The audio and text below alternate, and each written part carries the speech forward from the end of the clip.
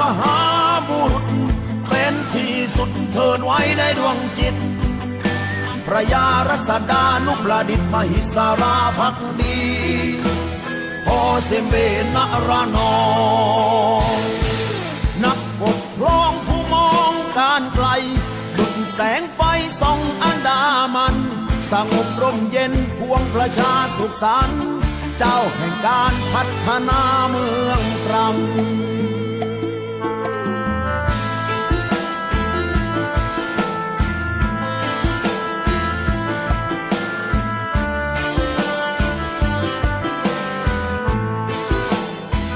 เกิดที่ระนองบุตรชายสุนทองของพ่อสุเจียงผู้มีชื่อเสียงมีหน้ามีตาเป็นข้าบดีรู้ในพระเนตรพระกันเสด็จร5แห่งวงจักรีด้วยคุณงามความดีมีให้เห็นจึงตั้งเป็นคุณนาถึงแม่เป็นชาวนาบุตรชายมาเป็นผู้ครองเมืองตรัง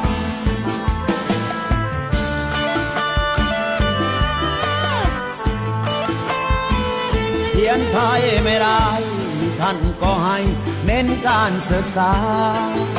เกษตรกรรมการค้าสายตายาวไกลไม่หยุดยั้งเพื่อการค้ารุ่งเรืองย้ายศูนย์กลางเมืองไปที่กันตางปกครองพัฒนาเมืองตรังไม่ให้ล้าลังเทียบนานาสากลสั่งก่อไฟสุมหินขอพับผ้าเอาน้ำราดแตกเอามาทำถนนเพื่อเป็นทางสัญจรของผู้คนผ่านพัทลุงมุ่งเชื่อมสองเล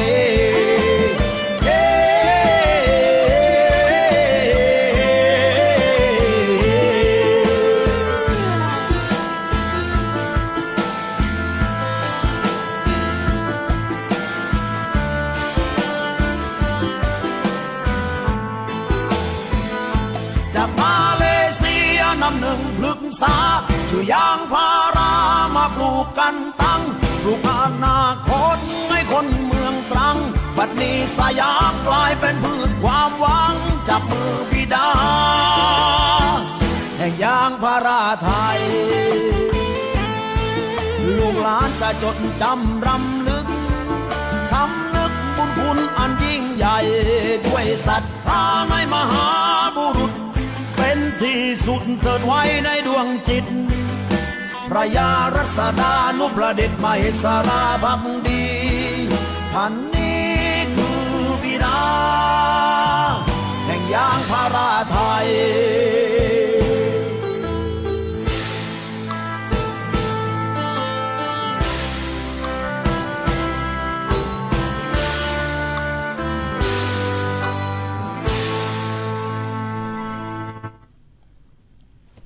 สวัสดีค่ะสวัสดีท่านผู้ฟังทุกท่านนะคะท่านกำลังรับฟัง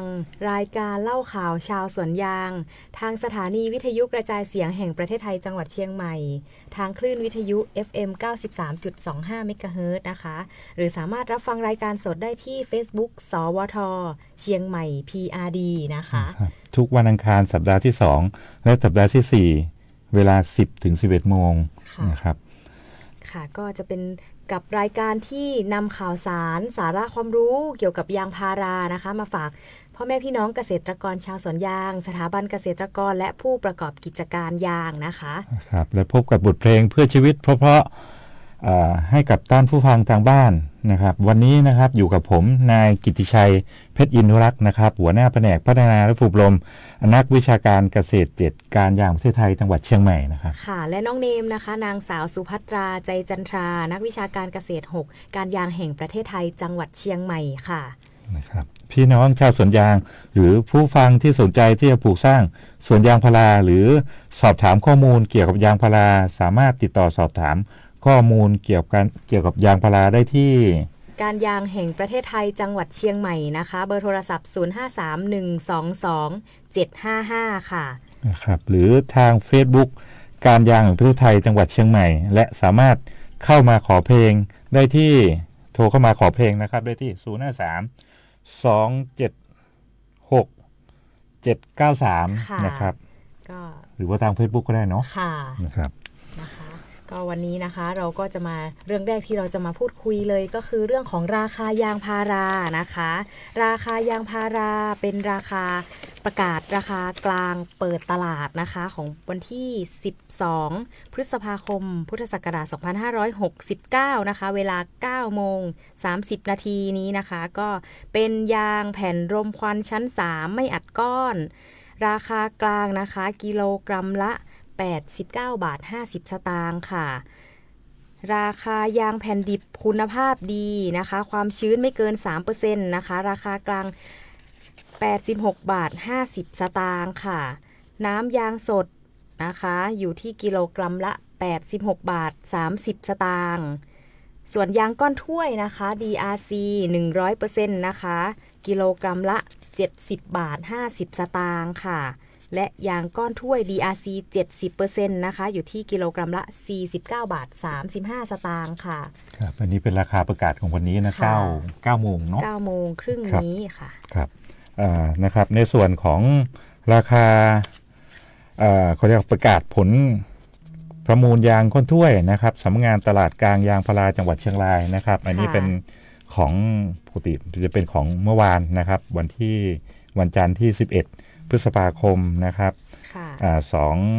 2569นะครับเมื่อวานมีประมูลอยู่1กลุ่มนะครับคือกลุ่มเกษตรกรผู้ปลูกยาง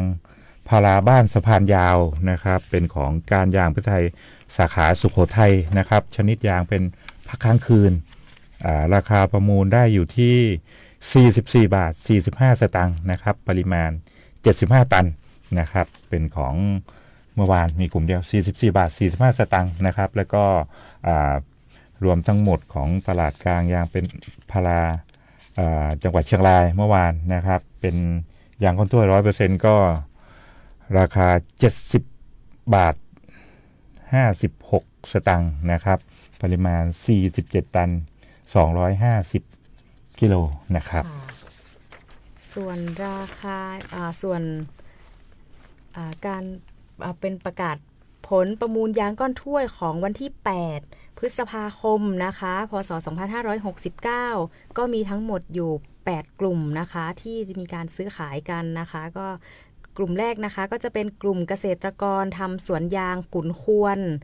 การยางแห่งประเทศไทยจังหวัดพะเยานะคะเป็นชนิดยางพักค้างคืนราคาประมูลอยู่ที่42 บาท 23 สตางค์ปริมาณยาง6 ตันค่ะครับกลุ่มที่2ก็กลุ่มชาวสวนยางกยท.ตำบลช่างเคียนนะครับการยางพิจัยสาขาเชียงของนะครับเป็นยางพักค้างคืนราคาประมูลได้อยู่ที่41 บาท 93 สตางค์ปริมาณ12 ตันนะครับกลุ่มที่ลำดับที่3นะคะก็จะเป็นกลุ่มชาวสวนยางกยท.โพงามการยางแห่งประเทศไทยสาขาเมืองเชียงรายนะคะชนิดยางแห้งนะคะราคาประมูลอยู่ที่54 บาท 12 สตางค์ปริมาณยาง60 ตันค่ะนะครับกลุ่มที่4นะครับกลุ่มชาวสวนยางกยท.บัวสลีนะครับเป็นของการยางประเทศไทยสาขาเมืองเชียงรายยางเป็นยางแห้งเนาะชนิดยางเป็นยางแห้งนะครับประมูลได้อยู่ที่54 บาท 18 สตางค์ปริมาณ85 ตันค่ะและกลุ่มที่5นะคะเป็นกลุ่มเกษตรกรชาวสวนยางพาราตำบลสันสลีของการยางแห่งประเทศไทยสาขาเมืองเชียงรายนะคะเป็นยางแห้งราคาประมูลอยู่ที่53 บาท 68 สตางค์นะคะปริมาณยาง102 ตันค่ะนะครับลำที่6นะครับกยท.ทุ่งช้างนะครับการยางแห่งประเทศไทยจังหวัดน่านนะครับเป็นยางพักค้างคืนทับ1ชั้นนะครับปริมาณราคาประมูลได้อยู่ที่43 บาท 16 สตางค์นะครับปริมาณ165 ตันนะครับค่ะกลุ่มที่7นะคะเป็นกลุ่มสายนาน้อย2กอง1ค่ะของการยางแห่งประเทศไทยจังหวัดน่านนะคะเป็นชนิดยางพักค้างคืนราคาประมูลอยู่ที่43 บาท 16 สตางค์นะคะปริมาณยาง30 ตันค่ะลำดับสุดท้ายนะลำดับที่8นะครับของวันที่8นะครับสหกรณ์การเกษตรการยางอำเภอวังชิ้นจำกัดนะครับการยางประเทศไทยจังหวัดแพร่เป็นยางพักค้างคืนนะครับราคาประมูลได้อยู่ที่42 บาท 98 สตางค์ ปริมาณ 45 ตัน ค่ะ นะครับ ก็ทั้งหมดโดยรวมปริมาณยางรวมแล้วก็อยู่ที่ 505 ตันนะคะสำหรับของวันที่ 8 พฤษภาคมที่ผ่านมานี้ค่ะ นะครับก็ดูจากราคายางนะครับวันที่ 8 แล้วก็ติดเสาร์อาทิตย์นะครับ 90 แล้วก็ 11 เมื่อวานนะครับ 12 วันนี้ถือว่าราคายางนี้สูงมาก สูงค่ะ นะครับ มก ถือว่าสูงมากนะครับ40 บาทขึ้นทั้งหมดเลยนะครับ40 บาทขึ้นทั้งหมดเลยเกือบทุกกลุ่มเลยนะครับที่เป็นประมูลถือว่าราคายางสูงนะครับ ค่ะ เดี๋ยว เดี๋ยวเราพักกันตรงนี้นะคะ ไปฟังบทเพลงจากทางรายการค่ะในช่วงหน้านะคะ ก็จะมาพูดคุยกันในเรื่องของข่าวสารเกี่ยวกับยางพารากันค่ะ ครับ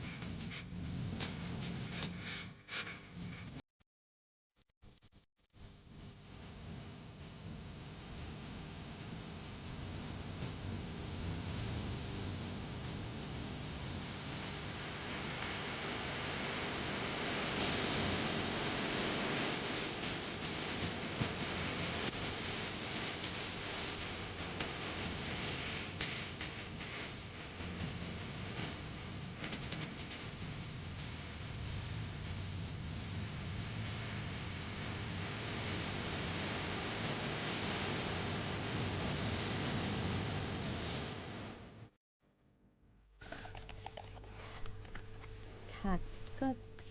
จบไปแล้วนะคะก็จบไปแล้วนะคะกับบทเพลงเพื่อชีวิตเพราะๆนะคะที่นำมาฝากท่านผู้ฟังจากทางรายการนะคะเราก็จะมาพูดคุยกันต่อนะคะในเรื่องของข่าวสารเกี่ยวกับยางพาราค่ะก็เป็นเรื่องที่ทางการยางแห่งประเทศไทยนะคะได้เปิดเวทีสัมมนาเชื่อมผู้ซื้อผู้ขายยางพารานะคะรับมือสถานการณ์ยางโลกเสริมเครือข่ายการค้าเพิ่มโอกาสธุรกิจยางไทยค่ะวันที่30เมษายนที่ผ่านมานะคะณโรงแรมกิจตรงวิวรีสอร์ทจังหวัดอุบลราชธานีการยางแห่งประเทศไทยนะคะก็ได้จัดโครงการสัมมนาวิชาการผู้ซื้อผู้ขายยางพารานะคะรับมือสถานการณ์ยางโลกท่ามกลางผลกระทบจากสงครามในปัจจุบันโดยมีนายโกศลบุญคงนะคะรักษาการแทนผู้ว่าการยางแห่งประเทศไทยเป็นประธานในพิธีเปิดนะคะพร้อมมอบนโยบายและแนวทางการขับเคลื่อนงานของการยางแห่งประเทศไทยเพื่อสนับสนุนผู้ซื้อผู้ขายสถาบันเกษตรกรและผู้ประกอบกิจการยางให้สามารถรับมือกับความผันผวนของสถานการณ์ตลาดยางโลกได้อย่างมีประสิทธิภาพค่ะนะครับทั้งนี้นะครับนายโกศลกล่าวว่าจากสถานการณ์ตลาดยางพาราโลกในปัจจุบันที่เผชิญความผันผวนจากหลายปัจจัยโดยเฉพาะภาวะตึงเครียดจากความขัดแย้งในหลายประเทศซึ่งส่งผลกระทบต่อเศรษฐกิจทั้งต้นทุนวัตถุดิบราคาสินค้าปริมาณการค้าความเชื่อมั่นของผู้ประกอบการไทยทิศทางการซื้อขายยางพาราในตลาดโลกดังนั้นทุกภาคส่วนที่อยู่ในห่วงโซ่ยางพาราจึงจำเป็นต้องมีข้อมูลที่ถูกต้องทันสถานการณ์และมีการกำหนดแนวทางบริหารความเสี่ยงที่เหมาะสมเพื่อรักษาเสถียรภาพทางรายได้ของเกษตรกรและเสริมขีดความสามารถในการแข่งขันของอุตสาหกรรมยางพาราไทยขึ้นการจัดสัมมนาในครั้งนี้ขึ้นจึงถือว่าเป็นอีกเวทีสำคัญในการแลกเปลี่ยนข้อมูลระหว่างผู้ซื้อผู้ขายสถาบันเกษตรกรผู้ประกอบการพนักงานการยางประเทศไทยและผู้บริหารของการยางประเทศไทยในการร่วมกันวิเคราะห์และหาแนวทางการวางแผนบริหารความเสี่ยงตลอดจนแนวทางการปฏิบัติที่เป็นรูปธรรมประกอบด้วยการวิเคราะห์อุปสงค์อุปทานผลกระทบของการเปลี่ยนเส้นทางการค้าการบริหารสต็อกและสัญญาซื้อขายล่วงหน้าเทคนิคการต่อรองในสภาวะผันผวนและแนวทางการตลาดเชิงรุกเช่นการหาตลาดใหม่การเพิ่มมูลค่ายางและการใช้เครื่องมือทางการเงินเพื่อป้องกันความเสี่ยงเป็นต้นค่ะท่ามกลางสถานการณ์ที่ตลาดโลกผันผวนนะคะการปรับตัวให้ทันสถานการณ์ก็คือหัวใจสำคัญของอุตสาหกรรมยางพาราไทยโดยการยางแห่งประเทศไทยนะคะในฐานะองค์กรกลางที่มุ่งเชื่อมโยงข้อมูลนะคะความร่วมมือและการพัฒนากลยุทธ์เชิงปฏิบัติที่สอดคล้องกับบริบทปัจจุบันควบคู่กับการเสริมสร้างเครือข่ายความร่วมมือระหว่างภาคส่วนต่างๆเพื่อให้ผู้มีส่วนได้ส่วนเสียในห่วงโซ่ยางพาราสามารถรับมือกับความเสี่ยงระยะสั้นนะคะพร้อมสร้างความเข้มแข็งและความยั่งยืนให้อุตสาหกรรมยางพาราไทยในระยะยาวต่อไปค่ะซึ่งนายโกศลได้กล่าวทิ้งท้ายไว้นะคะครับนายสงกรานต์จูมทองผู้อำนวยการการยางวิทยาลัยจังหวัดอุบลราชธานีกล่าวเพิ่มเติมว่าการจัดสัมมนาครั้งนี้นอกจากจะเป็นเวทีแลกเปลี่ยนข้อมูลด้านตลาดยางพาราระหว่างผู้ซื้อผู้ขายสถาบันเกษตรกรและเกษตรกรชาวสวนยางในพื้นที่จังหวัดอุบลราชธานีแล้วยังเป็นกิจกรรมที่ช่วยพัฒนาตลาดและเครือข่ายตลาดยางพาราของการยางแห่งประเทศไทยในระดับจังหวัดเพื่อสร้างมูลค่าเพิ่มให้กับผลผลิตยางพาราของเกษตรกรทั้งด้านราคาคุณภาพและปริมาณพร้อมทั้งเปิดช่องทางให้ผู้ซื้อและผู้ขายได้พบปะเจรจาและเชื่อมโยงการค้าโดยตรงลดการพึ่งพาพ่อค้าคนกลางเพิ่มโอกาสในการจับคู่ธุรกิจและสร้างพันธมิตรทางการค้าด้านยางพาราซึ่งเป็นกลไกสำคัญในการต่อยอดโอกาสทางธุรกิจและขยายตลาดยางพาราไทยให้เติบโตอย่างมั่นคงในอนาคตต่อไป ค่ะทั้งนี้ทางการยางแห่งประเทศไทยจังหวัดอุบลราชธานีนะคะ ชาวสวนยางที่ขึ้นทะเบียนกับทางการยางแห่งประเทศไทย ตัวแทนกลุ่มเกษตรกรชาวสวนยางการยางแห่งประเทศไทย เกษตรกรชาวสวนยางและผู้ที่สนใจเข้าร่วมรวมกว่า 100 รายนะคะ ซึ่งผู้เข้าร่วมสัมมนาจะมีโอกาสได้รับฟังข้อมูลความรู้ทิศทางสถานการณ์ราคายางและตลาดยางในปัจจุบันนะคะ การรับมือสถานการณ์ยางโลกท่ามกลางผลกระทบจากสงคราม รวมไปถึงแนวทางการจัดการสวนยาง เพื่อเพิ่มรายได้ของเกษตรกรภายใต้โครงการ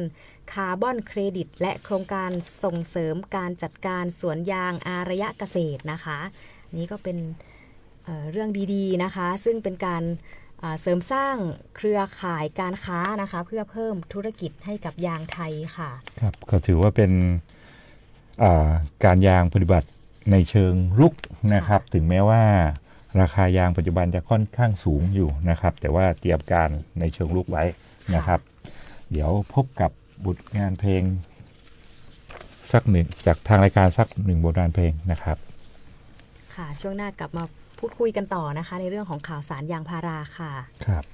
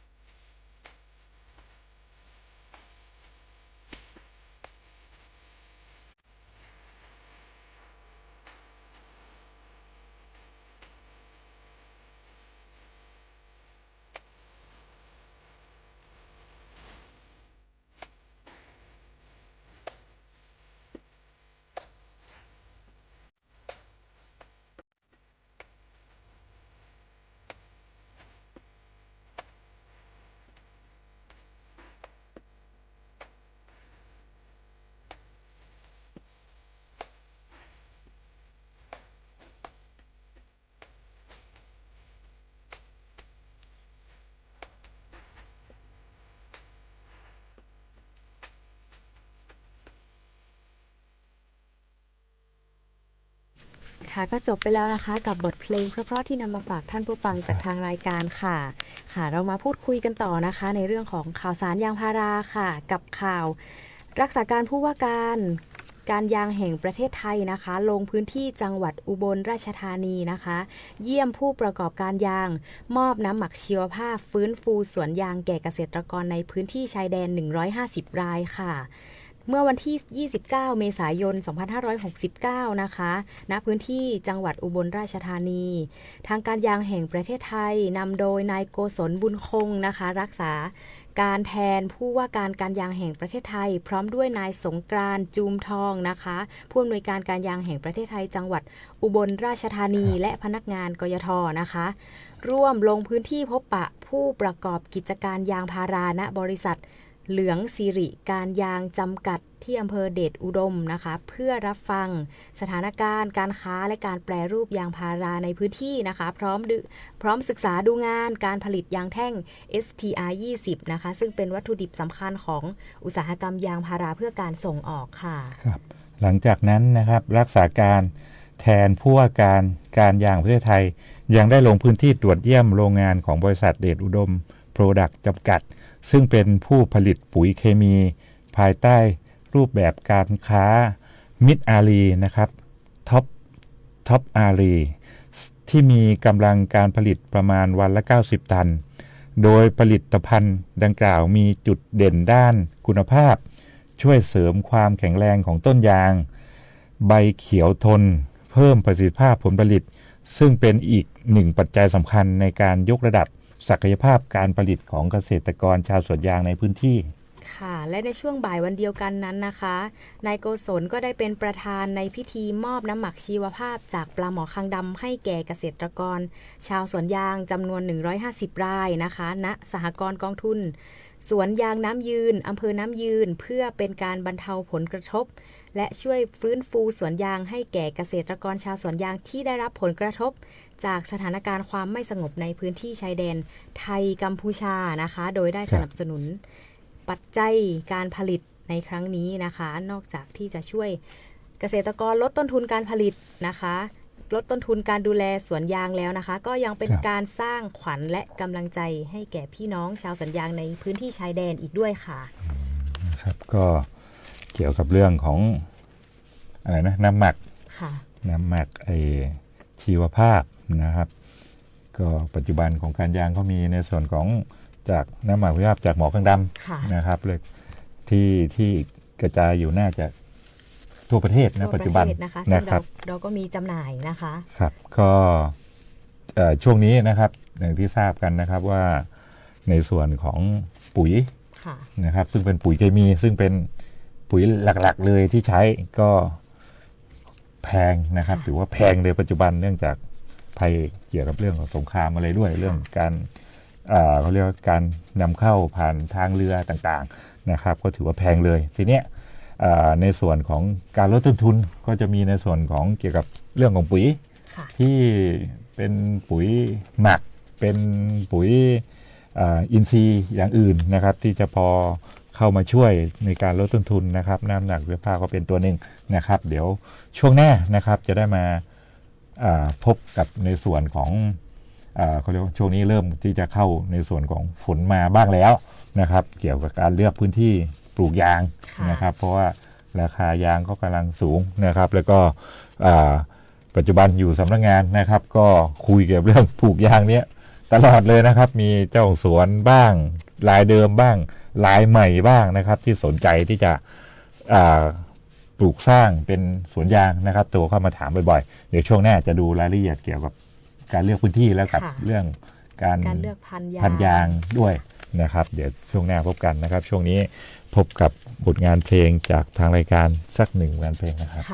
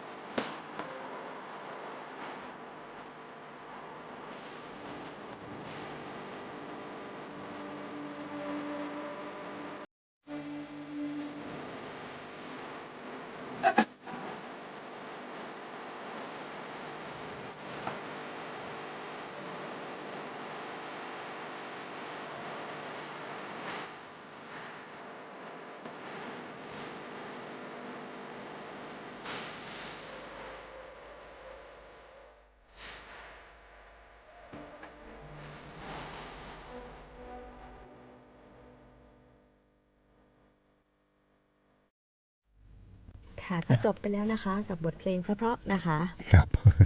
นะครับช่วงนี้ก็อยู่น่าจะช่วงสุดท้ายของเราแล้วนะครับ ก็เกี่ยวกับเรื่องของการเลือกพื้นที่สำหรับปลูกยางสักนิดนึงนะครับ ค่ะ ก็คืออย่างแรกก็คือสภาพพื้นที่นะครับควรเป็นที่มีระดับความสูงไม่เกิน600 เมตร จากระดับน้ำทะเลนะครับเป็นพื้นที่ราบหรือมีความลาดเอียงไม่เกิน30องศาถ้าลาดเอียงเกิน15องศาต้องทำขั้นบันไดและปลูกพืชคลุมดินเพื่อป้องกันการชะล้างของดินนะครับแล้วก็ไม่เป็นแหล่งที่เขาเรียกว่าน้ำขังนะครับอย่างนี้ไม่ชอบน้ำขังเลยนะครับแล้วก็สภาพอากาศนะครับสภาพภูมิอากาศมีปริมาณน้ำฝนไม่ต่ำกว่า 1,250 มิลลิเมตรต่อปีนะครับ2ก็มีจำนวนวันฝนตกเฉลี่ยปริมาณ120ถึง150วันต่อปีภาคเหนือบางครั้งก่อนหน้านี้อาจจะไม่ถึงแต่ว่าบางสวนก็มีแหล่งน้ำนะครับสามารถให้แหล่งน้ำเพื่อดัดแปลงสภาพพื้นที่ได้นะครับ ส่วนลักษณะดินของการปลูกยางนะคะที่เหมาะสมกับการปลูกยางนะคะก็จะต้องเป็นดินร่วนเหนียวถึงดินร่วนทรายนะคะเป็นดินที่มีความอุดมสมบูรณ์หน้าดินลึกไม่น้อยกว่า1เมตรนะคะและไม่มีชั้นหินแข็งหรือชั้นดินดานนะคะระดับน้ำใต้ดินต่ำกว่า1เมตรนะคะมีการระบายน้ำและการถ่ายเทอากาศดีนะคะค่าความเป็นกรดเป็นด่างของดินที่เหมาะสมอยู่ที่ประมาณ 4.5 ถึง 5.5 นะคะและต้องไม่เป็นดินที่มีชั้นหินปูนด้วยนะคะในการปลูกยางค่ะส่วนแหล่งน้ำนะคะส่วนใหญ่ที่ปลูกยางก็จะอาศัยน้ำฝนกันนะคะและในช่วงหน้าแล้งนะคะอาจจะมีการให้น้ำนะคะสำหรับบางสวนนะคะโดยเฉพาะอย่างยิ่งในช่วงที่ปลูกปีแรกๆนะคะครับต่อไปก็ได้พื้นที่แล้วเนาะก็ใกล้จะหน้าฝนแล้วนะก็การเลือกพันธุ์ยางนะครับการเลือกก็เรียกว่าพันธุ์ว่าจะปลูกพันธุ์อะไรดีนะครับในส่วนของเขตปลูกยางก็เรียกว่าเขตปลูกยางใหม่นะครับเขตปลูกยางใหม่พันธุ์ยางตามคำแนะนำพันธุ์ยางปี2567นะครับของการยางนะครับก็ภาคเหนืออยู่ในเขตปลูกยางใหม่ที่แนะนำพันธุ์ยางนะครับที่เป็นยางพันธุ์ปกติยางมีอยู่3ชั้นนะครับแล้วก็เขาเรียก3กลุ่มนะครับที่ภาคเหนือที่แนะนำหลักๆนะครับก็เป็นพันธุ์ถ้าเป็นชั้น1นะครับแล้วก็เป็นกลุ่ม1กับกลุ่ม2นะครับถ้ากลุ่ม1ก็มีพันธุ์ที่ปัจจุบันนะครับพันธุ์ที่นิยมกันเยอะๆนะครับแล้วก็ให้น้ำยางสูงเลยนะครับก็คือ RT 251นะครับเป็น RT 251แล้วก็น้องใหม่นะครับที่มาแรงแล้วก็เป็นพันธุ์ยางที่เรียกว่าให้น้ำยางมากที่สุดในปัจจุบันก็เป็น RT 390C นะครับก็แนะนำ2พันนี้เป็นหลักไว้ก่อนในเรื่องของเขาเรียกว่าในเรื่องของปริมาณน้ำยางและก็ในเรื่องของการเกี่ยวกับการต้านทานโรคในปัจจุบันนะครับก็จะเป็น 2,000 หลักๆส่วน RRIM 600ก็จะเป็นยางพันธุ์ก็เรียกว่าเป็นกลุ่มที่2นะครับก็จะเป็นในส่วนของที่ค่อนข้างก็เรียกว่าเป็นอย่างชั้น2นะครับจะมีลักษณะที่ด้อยในเรื่องของน้ำยางก็ค่อนข้างจะน้อยแล้วในปัจจุบันแล้วก็อีกตัวนึงก็คือเราเรียกว่าความอ่อนแอต่อโลกนะครับเพราะว่าเป็นยางพันธุ์ที่ปลูกมานานนะครับก็แนะนำเป็น 2,000 หลักๆไว้ก่อนนะครับในเรื่องของการใช้ปุ๋ยการใช้ปุ๋ยนะคะสำหรับสูตรปุ๋ยแนะนำนะคะตามค่าระดับธาตุอาหารในดินของยางพารานะคะทั้งก่อนเปิดกรีดและหลังเปิดกรีดของภาคเหนือนะคะภาคเหนือของเราเป็นเขตปลูกยางใหม่นะคะหากปลูกยางใหม่นะคะก่อนที่เราจะเปิดกรีดนะคะก่อนเปิดกรีดก็จะแนะนำสูตรปุ๋ย25-85นะคะเพื่อให้กับต้นยางเล็กนะคะบำรุงดินนะคะปริมาณก็ตามอายุนะครับใช่ค่ะส่วนยางที่เปิดกรีดแล้วนะคะจะแนะนำเป็นสูตร23-84นะคะก็จะเปลี่ยนแปลงสูตรปุ๋ยนะคะในการใส่ให้กับต้นยางค่ะครับช่วงนี้ก็เป็นช่วงถ้าฝนพร้อมนะครับความชื้นในดินพร้อมก็สามารถจะใส่ก็เรียกว่าช่วงแรกก็คือต้นฝนนะครับถ้าเป็นยางเปิดกรีดแล้วนะครับก็โดยปกติก็จะใส่ ปริมาณนะครับก็ประมาณถ้าตามค่าที่จริงเขาใส่ตามค่าวิเคราะห์ดินนะครับแต่ละสวนอาจจะไม่เท่ากันแต่หลักๆก็ประมาณเขาเรียกว่าประมาณ600 กรัม600 กรัมต่อนะครัต้บนประมาณนะคะ600 กรัมต่อต้นค่ะนะครับใส่ระหว่างแถวยางนะคะ ถ้าเป็นยางเปิดกรีดค่ะใส่ระหว่างแถวแล้วก็เขาเรียกอะไรนะไอ้มีใบยางมีหญ้าเอาหญ้าออกนิดแล้วก็ค่อยช่วงนี้อาจจะเป็นฝนอาจจะต้องกบมันด้วยนะครับแล้วก็ใส่ตรงร่องกลางนะครับกบด้วยบางคนก็บางสวนก็ถ้าเป็นที่เอียงหน่อยๆก็อาจจะต้องขุดนะครับบางสวนก็จะขุดหลุมแล้วก็ฝัง เนาะฝังปุ๋ยไว้นะคะเพื่อป้องกันการชะล้างค่ะครับก็ประชาสัมพันธ์นิดนะครับในเรื่องของน้ำหมักเชื้อภาพหมอกระดำนะครับมีใครสนใจนะครับมีขายที่การยางไทยจังหวัดทุกสาขานะครับแล้วก็กลุ่มเกษตรกรชาวสวนยางนะครับหรือว่าครูยางในพื้นที่ต่างๆนะครับสำหรับวันนี้นะครับก็น่าจะเป็นช่วงสุดท้ายนะครับก็พบกันใหม่นะครับในรายการเล่าข่าวชาวสวนยางนะครับกับผมนายกิจใจเพชรอินุรักษ์ค่ะและน้องเนมนางสาวสุภัตราใจจันทราค่ะนะครับก็เดี๋ยวก็อำลาไปด้วยบทเพลงเพราะๆจากทางรายการสักหนึ่งบทเพลงนะครับขอตัวลาไปก่อนนะครับสวัสดีครับสวัสดีค่ะ